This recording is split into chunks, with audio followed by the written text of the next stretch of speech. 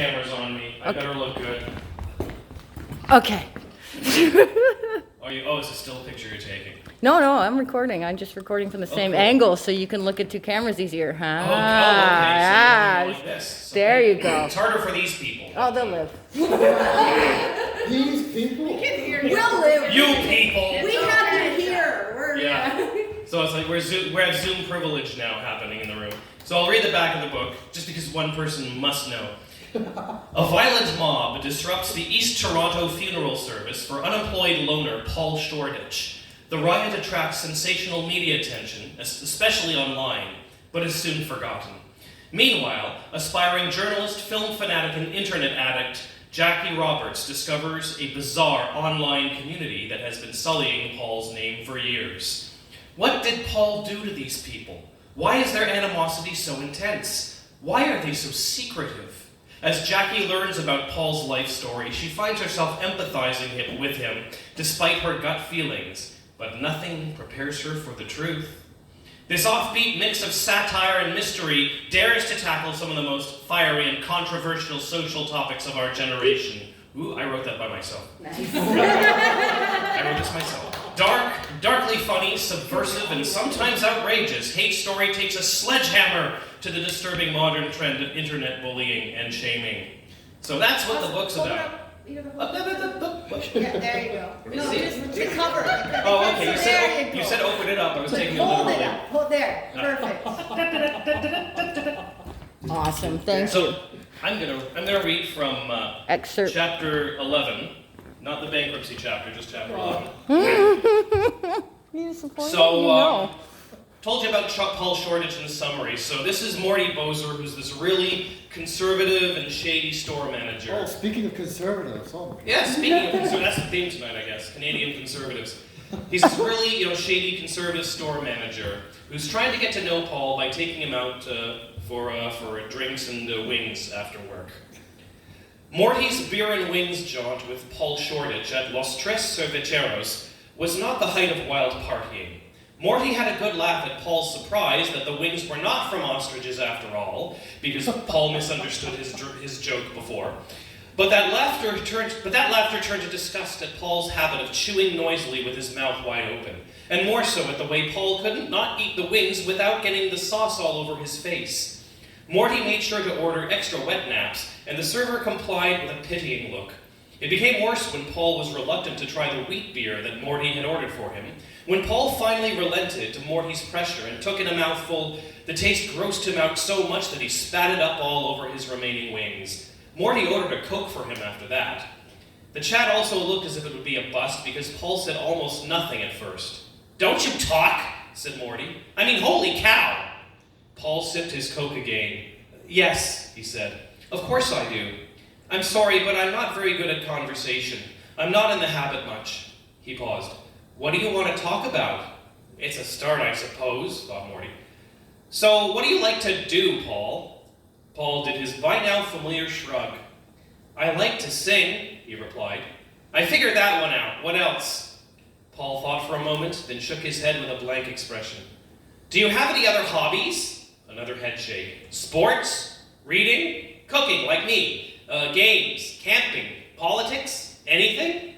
Same response. "I've never seen such a blank slate. Do you even have a personality, Paul?" Paul looked a little confused. "What did you do for work before Fun Mart?" Paul furrowed his brows as if he had to think about it. A bunch of stuff," he said. "I was at McDonald's last, but I kept burning my hands on the grill." Morty laughed. He couldn't help himself. "Lord! And I delivered newspapers and flyers for a while, but I couldn't make a living at that. And I did some filing stuff in an office for a long time, but they fired me when I dropped ink all over some important documents. I didn't like it anyway because I kept getting paper cuts. And I thought my life was a dead end. You're a real loser, Paul. You're pathetic." Paul nodded, accepting it as an incontrovertible fact. "I was homeless for a long time, too." Morty stopped laughing. He frowned. "You can't be serious." "But I am. There were times when I couldn't get a job." Morty took a breath to calm his inner rage. "I don't like derelicts, Paul. They're leeches, a drain on the economy. They take and take and take and never give anything back." "That's what I hear a lot of people say about homelessness," said Paul with a half shrug. But that's not how I remember it. What do you mean? Paul thought about it. Panhandling. A few people were generous, but most weren't. But you still took from them, Paul. You took money from society that you didn't earn. I didn't have much choice at the time. Morty groaned. Then he lifted his beer glass with a bitter, "You're welcome, Paul." Visibly confused, Paul nodded and lifted his glass too. Thank you?" Morty rubbed his eyes. "Oh," said Paul, "you're being sarcastic. Sometimes I have trouble with that." Morty decided to change the subject. "What about college? What did you major in?" "I never went. They told me I was smart enough to go to university, maybe even smart enough to get a scholarship, but I was scared to go. High school was scary enough, and I didn't want any more school after that. Didn't your parents encourage you to go?" Paul's face turned red, and his lips pursed a little. He looked almost angry. My mother," he stammered, "tried to talk me into the army." "Oh yeah, did you?" "No, I tore up the application and He cut himself off.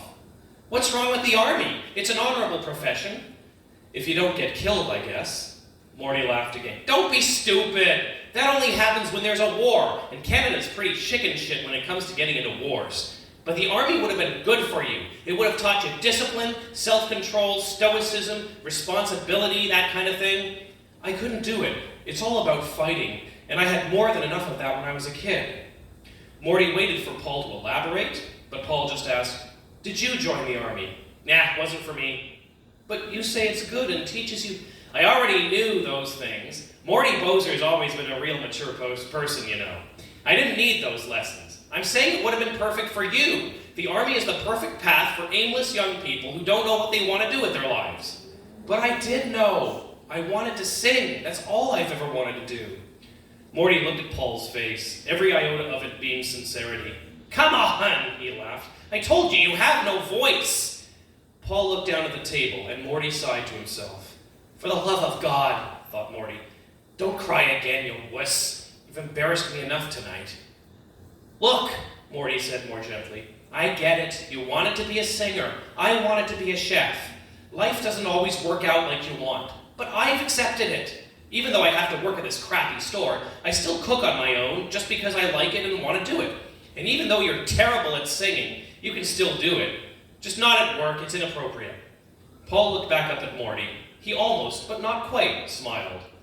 "Hey," Morty continued, pointing to a chalkboard near the pub entrance, "I just remembered that this place has karaoke happening tonight. It starts early, too, 8 o'clock. What? Karaoke. What's that?" "You honestly don't know?" Morty giggled again. "Where the hell did you come from, kid? Karaoke, where you get up to sing songs in front of people. The DJ has a machine that plays the music part, and you sing along to it. You read the words off a screen. And here's the important part about karaoke. You don't have to be any good."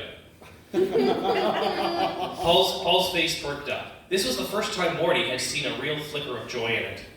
"And," asked Paul, "what kind of songs do they let you sing?" "Depends on the place, but the DJ has a real good selection.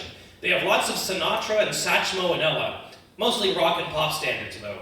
Do you think they have George Michael's?" Morty looked at Paul and he laughed and cringed at once. "I must have been mistaken when I said you had musical taste," he said. "But yeah, they definitely have George Michael. What about Celine Dion?" Oh, God. You're gonna make me throw up, kid, but yeah, they have her too." "Wow!" A broad, toothy smile took over Paul's face. "Can we stay for that?" "Nobody's demanding permission. You stay for it if you want. I'm not." Don't you sing, Morty?" "I do, but I'd rather jam a flaming penknife through my tongue than hear you sing again. But go ahead, knock yourself out." Paul was visibly tired at work the next morning, but unusually happy. He had stayed at Los Tres Tafacheros until 2. "Wow," he told Morty, who was helping Paul face up the cough medicine aisle. "They let me sing lots of stuff.